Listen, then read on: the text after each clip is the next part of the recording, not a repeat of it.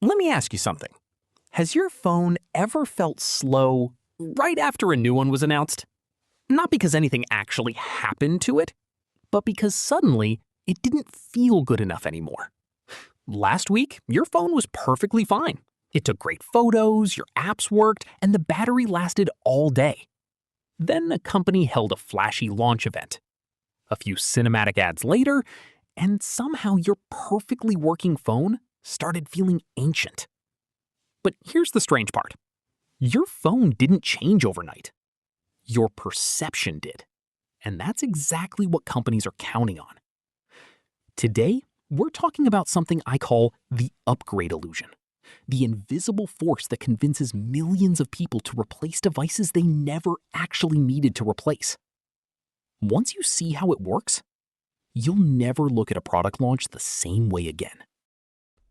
Every year, the cycle repeats itself. A new smartphone, a new laptop, a new smartwatch, a new pair of earbuds. The presentation is polished. The camera is revolutionary. The processor is the fastest ever.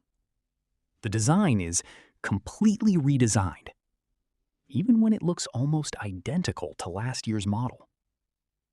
And millions of people walk away with the same thought. I need this. But do they? Or have they simply been made to feel like they do? So, why does this happen? Here's the interesting part. Most people think they upgrade because technology improves. And yes, sometimes it does. But that's only half the story. The other half has nothing to do with processors, cameras, or battery life. It has everything to do with human psychology. Because your brain isn't wired to chase the best. It's wired to chase the new. The novelty trap. Think about the last time you bought something you were really excited about. Maybe it was a new phone, a laptop, a gaming console, or even a pair of headphones. For the first few days, everything felt amazing. You cleaned it constantly. You noticed every little detail. You couldn't stop using it. But after a few weeks, it simply became normal. Not because it got worse, because your brain got used to it. Psychologists call this hedonic adaptation, our tendency to quickly get used to new things, no matter how exciting they were at first. That's why the excitement of a new gadget rarely lasts as long as we expect. And companies know this. They know the thrill fades. So before it completely disappears, they introduce the next shiny thing. The power of comparison. Now imagine you're completely happy with your phone. Then you watch a launch event. The presenter says, "Our brightest display ever. The fastest chip we've ever made. The best camera in smartphone history." Notice something? So, when should you actually upgrade? After everything we've talked about, you might think I'm saying never buy new technology. Not at all. Technology is amazing. The phone in your pocket today is more powerful than the computers that helped send humans to the moon. When a new device genuinely makes your work easier, saves you time, or solves a real problem, upgrading can be a smart decision. The key word is genuinely. Not because an ad made you feel left behind, not because your favorite influencer is holding the newest model, and definitely not because your current device suddenly feels old.